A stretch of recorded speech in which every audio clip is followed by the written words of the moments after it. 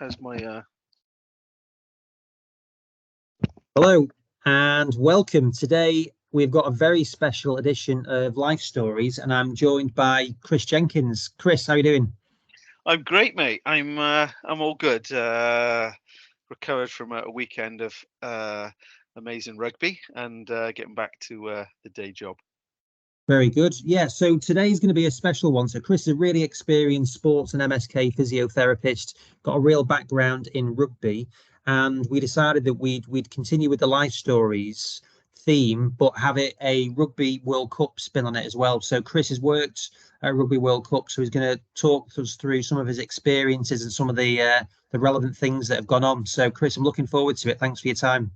Oh, thanks, mate. No, thanks for having me on. It's there's a long line of very experienced rugby physios and doctors that you've had on the line here with you on the podcast. So it's a pleasure to join this group of people in such a fantastic sport that is rugby union. So yeah, I a long history of working in rugby, all the way from undergraduate Cardiff High School old boys to qualifying. Working with Cardiff Met then, that kind of Tuesdays, Thursdays, Welsh rugby, and had a good 6, 7, 8 years experience of that, and trying to break into to pro rugby, and in the end, I left Wales and went to London, did my masters, and while I was there, I got some more experience and placements down at London Welsh in a pivotal time for them, where they were going from semi-pro to professional into the English Rugby Championship, and they actually were going to the first full-time staff, full-time S&C, full-time head coach, assistant coach, and they were looking for a full-time physiotherapist. So finished my masters and interviewed for that. And I think that placement and the people I'd met and experienced, they gave me a punt in it, really. And Danny Wilson, who would go on to work at Cardiff Blues, Scarlets, Scotland Rugby during the World Cup that I went to in 2019, was the coach at the time, and there was a bit of a kind of break into that professional full-time rugby world, as initially as the head physiotherapist, which I've always thought was quite a funny term, because at the time I was the only physiotherapist, so I could call myself the head physiotherapist. But over time, over 6 years at London Welsh, managed to win the rugby championship twice and get up to the English Premiership. Back and forth with lots of interesting coaches and lots of contacts, which later on in my career would come back, people I would rejoin up with again. So after a bit of time and experience in the English Premiership, went back to Wales to work at the Dragons with Lynn Jones, who I'd worked with at London Welsh, and spent a good 3 and a bit years there. And like I said, at London Welsh as well, I'd met Kingsley Jones, who had worked at Sale for a long time, and he's now at Canada Rugby, and so I worked with these two, and from there, really, made a good network again with people that you've had on this podcast, John Miles, Prav, various physios from that Welsh team who we shared players with at the Dragons, and got that kind of taste of international rugby and sharing these players back and forth. So getting that club perspective, sending players to a World Cup, have them managed by people you know and trust, and then receiving them back after the World Cup, and after that, getting a feeling for that experience, had the opportunity then to work with Canada Rugby with Kingsley Jones for a short period of time, and then Lynn Jones, who I worked with at Dragons and London Welsh, he got the head coach role at Russia Rugby in 2018, but they weren't going to the World Cup in 2019 at that point. And then overnight, Rugby Europe declared Romania and Spain ineligible for qualification to the Rugby World Cup due to administrative off the field type issues, ineligible players. And overnight, Russia qualified to go to Rugby World Cup Japan. And then what comes with that is a whole load of money that comes in to support high performance for these tier 2 teams such as Russia. But that funding does come with a long list of requirements, and that was an experienced strength and conditioning coach who they chose, who Lynn managed to get Mark Bennett, who worked at Ospreys, Wales, Bristol Bears, England, and then experienced rugby physiotherapist. And I think he was told it: if you can't find anyone yourself, we will find someone for you. And that's when I got the call, really, and started my journey in November 2000 October 2018 with Russia Rugby. Mm. So that, what was that like? What was the obligations for you there then? Where were you training? So yeah, it was interesting. Russia being such a huge country, we had a training base which is in Sochi, where the Winter Olympics were in 2014. But even that, no one lived there. I think one player lived there. All other staff and players were flying in maybe 6-7 hours from Siberia. We're flying in, 4 hours and then 2 hours into Moscow, into Sochi, and Moscow. Different, everyone's coming from different areas to the only place where you can really train and play rugby all year round, which was in the right in the south of Russia. Which is a bit more of a climate like Turkey in the summer, and in the winter we're still 1-2 degrees. Whereas in Moscow and in Siberia, Krasnoyarsk, it's -20, -30, where there's no outdoor rugby going on. So we could still train outdoors in December and January and prep for the Rugby Europe competition. It was quite amazing. It was a hell of a commute, the biggest commute I've done to date. Normally a bus would pick us up at 5 a.m. on a Sunday morning. It would come through from Swansea, Neath, pick up Lynn and Mark Bennett from there, take us through to Newport, where myself, Will Macken, Will Precious, who lives in Macken, and Sean Connor, who lives in Blaina, would all get on there at High Cross, Heathrow, 10:30 flight to Moscow, 4 hours, a couple of hours in Moscow, another 2-hour flight down to Sochi, 45 minutes up into from a bus then into our training facility in the south of Russia. So that was, it was a bit of a commute. We get there by 8:30, 9 o'clock at night and start work Monday morning, 7 a.m. the following day. So it was good. It was exciting, because we're going into places. I think to be invited to deep into Soviet, or kind of previously Soviet sports facilities, Russia sports facilities, and training facilities, which were all shared with lots of other athletes. So you'd have boxers there, you'd have the judo guys there, all the sports that they were good at, track and field, the Olympic weightlifters. Huge amounts of accommodation. We're on site, huge amounts of restaurants. So we would be mixing. This was all pre-COVID and pre the war, and it was a very interesting, environment, and you could go watch the Olympic weightlifters train. The S&C coach Mark Bennett loved that. Go in, once training's done, let's go and watch the Olympic weightlifters lift and speak to see if their coaches speak English and try and learn something off them. So you could see, the judo drills, the wrestling drills, which would have lots of application. What special training exercises they would do in the gym, and how would that relate to rugby and a collision contact sport. So it was a great environment for learning, and just a completely different world, different palate and diet. So it was really eye-opening, and it was a very intense year where we were away a lot in that build up to the Rugby World Cup in Japan. And World Rugby, we had the Rugby Europe tournament against Georgia, Spain, Portugal, Romania, the usual teams.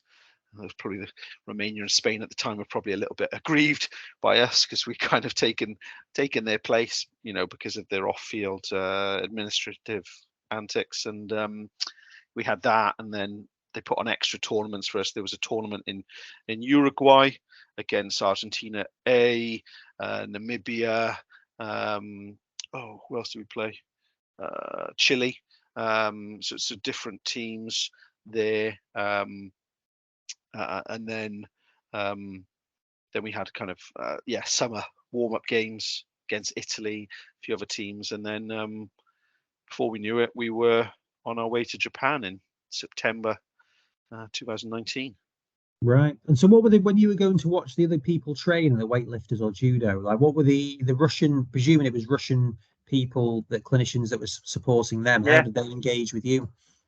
I think with real interest, because we were the aliens, we were these English strength conditioning coaches, English physiotherapists. They don't train physiotherapists in Russia, so they train sports doctors and they train these kind of nurse masseurs. So and they have strength conditioning coaches. So there's this kind of real gap. So they were quite interested in me from a rehabilitation sense, and that was rehabilitation, injury prevention was a massive gap which they had, and that's what I think what World Rugby were looking for as well, rugby specific injury prevention and rehabilitation, because obviously they had team doctors and they had masseurs. So I plugged a real big gap and deficit. So there was lots of good conversations, lots of informal learning and teaching, and there were and I even did some formal teaching, and when there was downtime, took some lectures on rehabilitation and advanced rehabilitation, and the links with strength and conditioning. So it was very welcoming, very positive.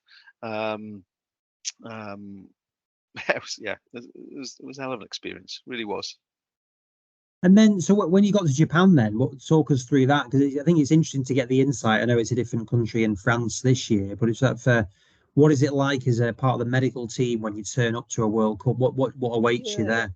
So a bit like it was. We knew it was going to be hot. So again, a bit like Wales did with Turkey and other teams preparing for that heat. It was going to be hot and humid, like it is in France now. It looks brutal. And I think I don't remember. We didn't have official water breaks. I can't remember now. I don't think we had official water breaks like they have in now in France. But that's where we spent a good 3 weeks in Italy preparing. We played against Italy, and then we stayed on. We trained with Zebra out in Parma in Italy, and that prepped us well. And yeah, we took our own doctors and masseurs and myself, and you get out there and it's just super organized. Like at that hotel on that first day, you literally arriving, and the Japanese were there to meet us. Japanese doctor. Every hotel and every team get assigned someone that comes to the hotel. Do the doctors need anything? Do we need any scans? Do we need anything that we can't get from a prescription point of view? What do we need? And they were super hot on that. And then the translators that we had for those Japanese doctors, it was super organized. You felt in good hands immediately. That initial medical meeting, it was just nice to know where everything is. If you need it, here's my number. Translator, call them, bump, and we can get anything we want. So that was felt really good. And then I was quite lucky. They have a team doctors meeting. And the team, and it is just for the team doctors, and the team doctors will all because everyone was in the parts of the country they were going to be playing, but then the team doctors and the team coaches had to fly back into Tokyo for this meeting on the Wednesday before the World Cup started on the Friday. So the coaches would have their meetings, the team managers would have their meetings, and the team doctors would have. And the team doctors asked if I could come in just in case there was any to clarify. And their English was pretty good, but obviously the accents in the room and the speed that these meetings progressed, just to come in and just to take notes and maybe just kind of explain anything that might be a bit different with this tournament. So it was nice to get that insight, and I'll never forget that meeting, because they went around the room and got everyone to introduce themselves and if they'd been to a World Cup before, and it was nice, everyone's saying, yeah, I've been to 2 World Cups, 3 World Cups, and James Robson from Scotland stood up And it was like, if I remember correctly, it was like, yes, and he's on the sidelines now. Yeah, I've been to 8 World Cups. I think it was 4 or 5 Lions tours or something like that. And the Russian doctors were, listen to them. Oh, impressive, impressive. They were like that. Oh my God, I think I was as well. I knew it was a lot, but when it's said like that, it was nice to be in that room, quite a special place, to look and to know the experience. We played against Scotland and Ireland, and to know the experience that you've got, because we're playing against each other, but when it comes to anything serious, everyone's working together to get these serious incidents dealt with. So to have James Robson of Scotland, who were playing against them, to have him on the side of the field, it puts your mind at rest, on top of the kind of immediate care in rugby, that immediate care in sport, um, emergency team which is provided at every game. So it was just, and that Japanese kind of approach to it, everything was exactly at clockwork. You're going to have this, you have this meeting here, whatever you need is going to be, exactly as we say, and when you want it, right when you need an X-ray after the game, boom, it's done, and it's done within, minutes, straight down there, super organized results. CD, there we go, or film. It was, yeah, perfect. It's as perfect as I've ever experienced it, as slick as I've ever experienced it. So, if it could only be like that every match day, wherever you are around the country with whichever team that you're on, but it's expensive. It's very expensive. It costs a lot of money to provide those services. It's probably it felt more like working for an NFL team where you've got these X-rays underneath the stadium, and and it's probably the equivalent of being an average NFL match, where they have 30 odd medical staff and X-ray and imaging, underneath the ground in the stadium. It felt very much like that. Yeah, and how helpful is having all of that? Because it's a very different to what you're used to then. So is that still, is it something that you feel like you could take advantage of, or do you know what to do in that scenario? Yeah, because obviously, sometimes like X-rays, it's if you need an X-ray, then unless you've got a private facility off-site which is open 24/7, which you can use, most rugby players and people like that, like everyone else, you got to go to A&E unless you've got some sort of, if it's 10 o'clock on a Saturday night, there's not too many, a few private hospitals have those options, but then is there a radiographer available? Is there a radiologist available to report on it? So it can be quite challenging to get an X-ray. Sometimes it's easier to get an MRI than it is to get an X-ray. So to have that stuff on site is just easy. It's just very, very easy, and you can just, because it just saves hours and hours of time of visits to facilities. So it's it was a real treat, and something that you could get used to. Yeah, and we were talking just beforehand about, player availability is what they talk about in most sport, but like the team sports.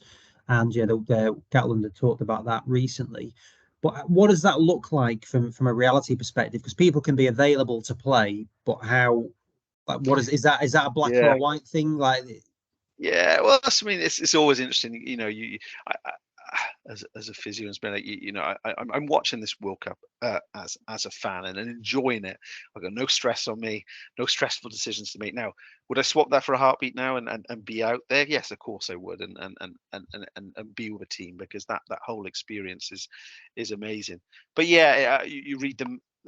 The media, you've got to take it with a pinch of salt as well. They want to create a little bit of drama, and the way they say things is always just to create talking points. But they manipulate, and I'm sure people like Warren Gatlin and other coaches, they know that players are carrying X, Y, and Z. They're not stupid, but they like to say, everyone is, to provide confidence for the country, everyone's available, fully fit for selection. And the definition of fully fit is probably more like 76% fit. They can play, they can train. I don't think any player is 100% fit at any time, and if it is, they're younger players in the early stages of their career and they're fresh.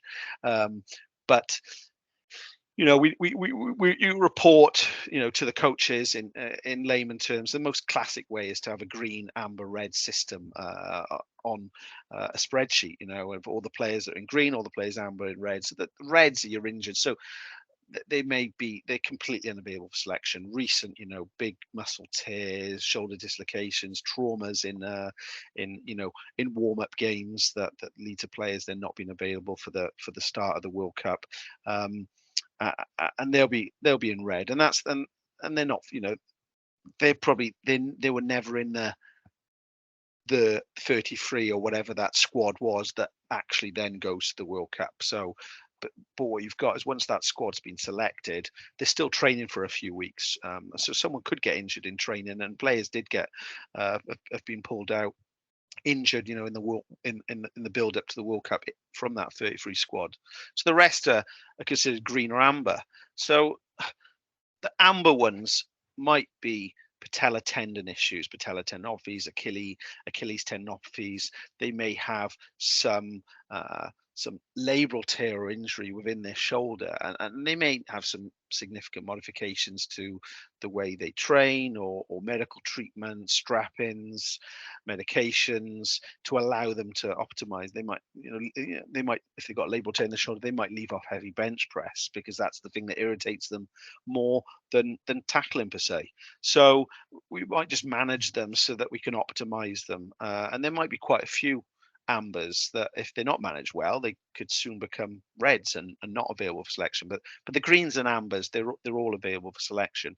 But there will be then the greens then who they might have knocks and bruises. They might have a long history of 3 or 4 surgeries to a knee, but at this moment in time they're green. But that doesn't mean that they are fit and 100% healthy.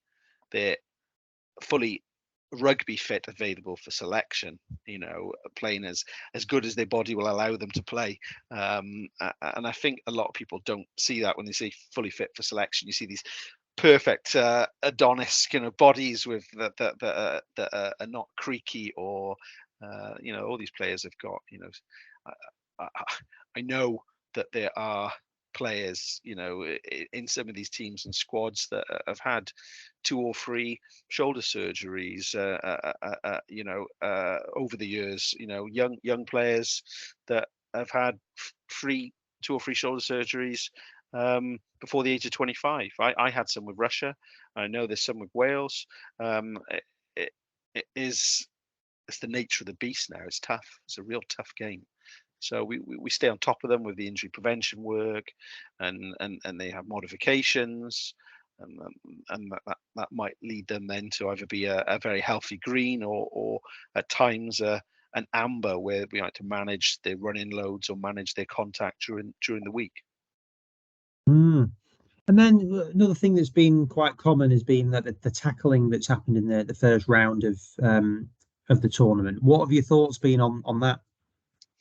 Oh, it's tough. I mean, the media's all over it at the moment, and I think they're talking about 3 different incidences that have happened recently, like the Tom Curry one, and then Dan Bigger tackle, and then the same kind of tackler, South African, between, I forget the names now, but there's been several similar incidents, and they're getting different levels of cards, and I think it's hard. It's obviously they've got this bunker system, and they've got different ways, and I quite like this kind of yellow but may become a red once they review. I think that's moving forwards in the sport, but there's still lots of work that needs to be done around that, with regards to consistency, because there's that people's interpretation of what's going on, and there'll be a different person in that bunker system at different matches around France with different levels of experience, and really it all comes down to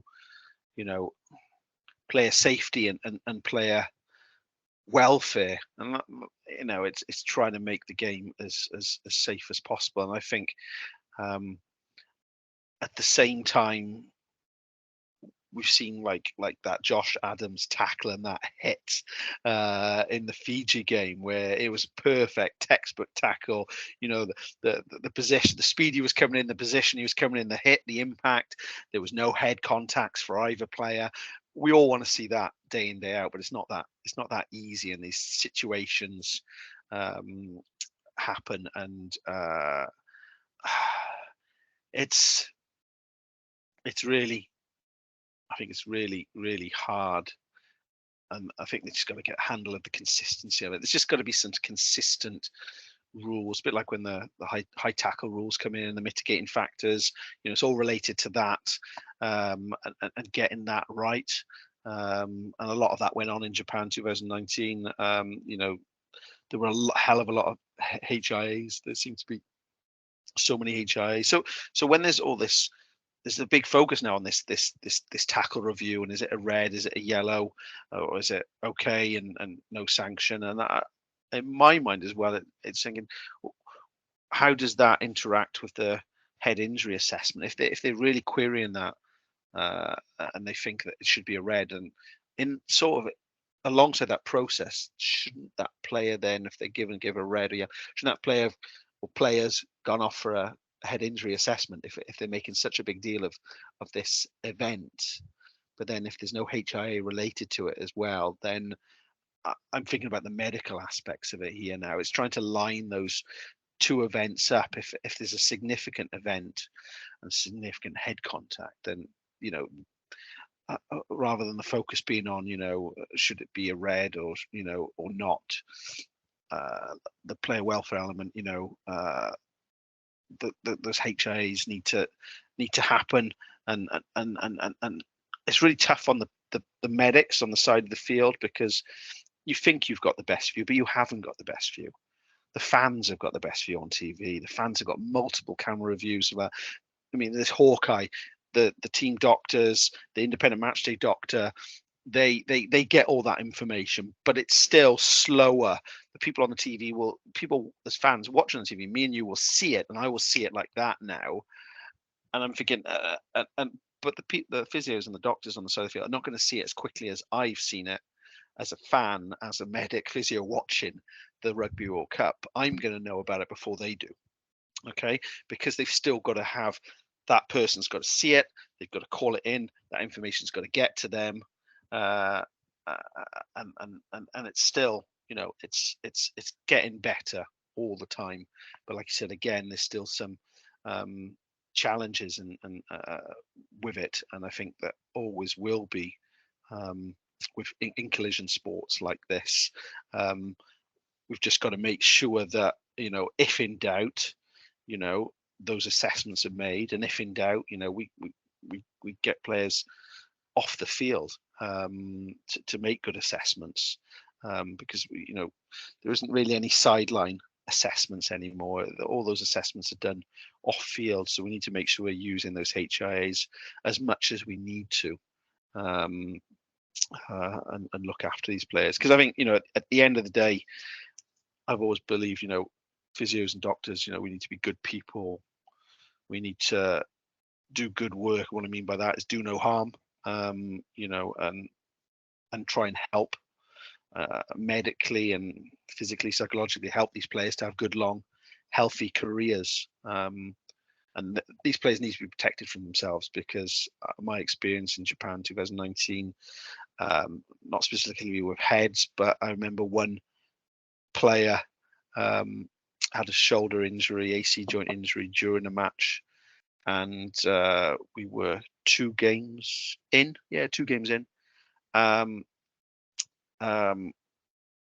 And he said to me, Jenks, I need to come and see you about the shoulder.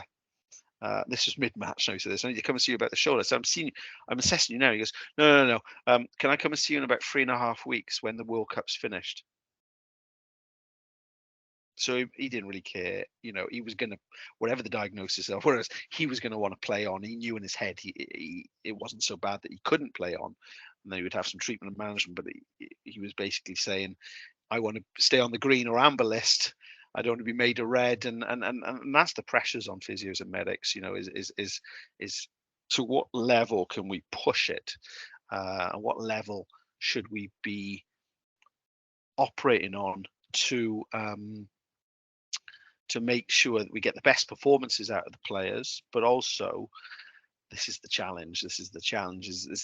And sometimes you don't want to start thinking like this, because often we think in short terms, in the moment, in the emotion, and it's, do the decisions I make now as a physio with a player, will that lead them to need a shoulder replacement by the time they're 42 or 43? And there are, British and Irish Lions players, internationals, and I know people, from the teams I've worked with that need shoulder replacements at age 42 and can't go do weights and can't, lift up their kids. And you don't think like that on the side of a pitch, obviously not, but in the bigger picture of how you manage people over weeks and over months, we need to make sure that they have all the information and use of external specialists and consultants, orthopedic specialists, to give them, the big picture overview of how much that shoulder or knee has got, left in the tank. And obviously, it's the same with head injuries as well. They will have, obviously the protocols are changed, and it's 12 days now turnaround for most players, unless they have got no significant, any player that, and it's commonly known, there are players that are in this World Cup that have got significant concussion histories, that they will be out for 12 days. Okay. And that's the rules now. Maybe longer if deemed by an external consultant. There's not many players that can turn around in 7 days these days. They have to be young with no significant history of concussion and passed by a consultant. Anything else in the history is really taken into it now. So it's become an individualized approach to concussion. And that is something which is a step forward, and they're constantly trying to improve. Yeah, and then like with the concussion piece as well, like what drug testing? Because there's a lot of talk about that from other sports as well, but certainly with rugby, when you've got massive people and collision, like what's the level of drug testing that happens at the World Cup? Yeah, no, it's. I mean, they're all getting drug tested regularly. I don't know.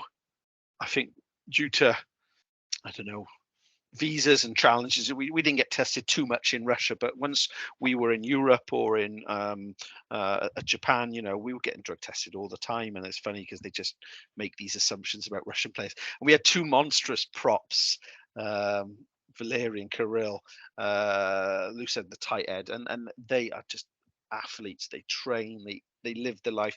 Both of them, one of them's bobsleigh, restless, so he's a beast. And and they just got targeted. I felt like it's random. It's obviously random, but it felt like they got targeted a lot, and we didn't have any positive drug tests during the World Cup. But I mean, it does happen. Players, do have to be careful with the supplements they're taking and stuff like that, and where's everything come through, and it's 100% athlete responsibility these days. But yeah, I haven't seen a lot of it in my time, and I haven't seen, there are players that seem to do test positive for things, and it's unfortunate. Sometimes you wonder how it happens. I like to think most of the time it's just unfortunate. But yeah, I don't think there isn't really anywhere to hide these days. And so, what are your predictions for the rest of the tournament then? Oh, I still think that South Africa are going to win it, but I'd like to see a France-South Africa final. It'd be nice to see France beat South Africa in the final, bring it back to the Northern Hemisphere. I'd be interested to see how Wales build now. And again, they got to the semi-finals last time, so I don't know exactly sure how those pools work, but I think that there's France and is my Northern Hemisphere kind of bet, and South Africa is my Southern Hemisphere bet. But hopefully Wales can get to the later stages of the tournament and start create some dramas. Get to a semi-finals again. I don't know they're going to get all the way to the final. It's not me being a realist, not but we shall see. If George Ford kicks like that every single game from now on, and they just take the Johnny Wilkinson approach, then they can get to a final as well. So anything can happen. But yeah, France South Africa final if that's possible via the groups. Yourself, what do you reckon?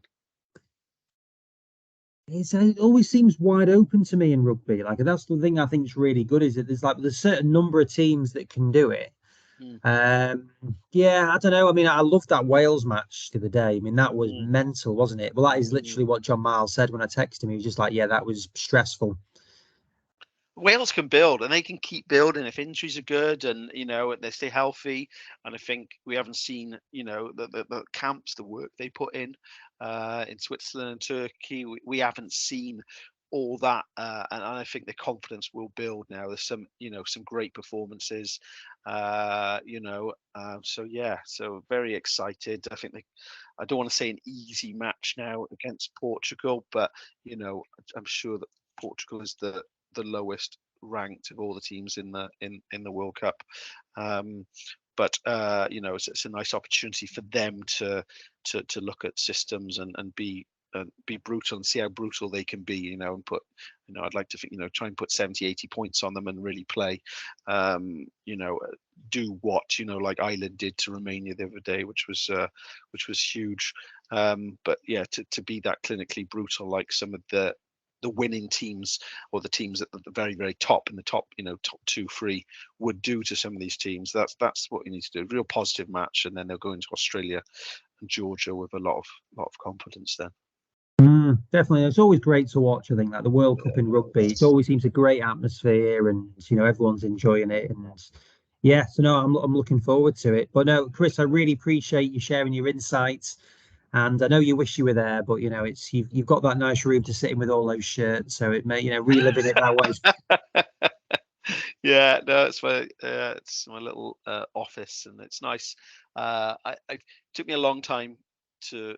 I kind of stepped away from rugby now, just for family reasons, stuff like that. I got a really young family, 7-year-old boy and 18-month-old girl, and they're busy and they want to do so much. And I had some opportunities in 2022, but they involved moving. One was moving to potentially working with USA Women's, moving to America, and then another option to potentially involved with this World Cup with another tier 2 team, but it just involved too much time away from the family, and my wife always says, when are you going to stop saying this is a once in a lifetime opportunity? So I'm going to sit back and enjoy being a fan, enjoy being a physiotherapist, and I'm teaching at Cardiff University now on the undergraduate program. So I'm becoming at peace that I'm not at a Rugby World Cup now, and enjoying the show. Very good. Is that what you said when I asked you to come and do this with me? It's a once in a lifetime opportunity. Yeah. Thank you. If I'm not involved in sport, you're not going to call me again. Yeah, no, Chris, that was great. Really appreciate it, and good luck with your work at the university. Congratulations on that new role. The students are very lucky to have you, and I will see you soon. Thanks, Andy. See you soon. Good man. Cheers, mate. Bye-bye.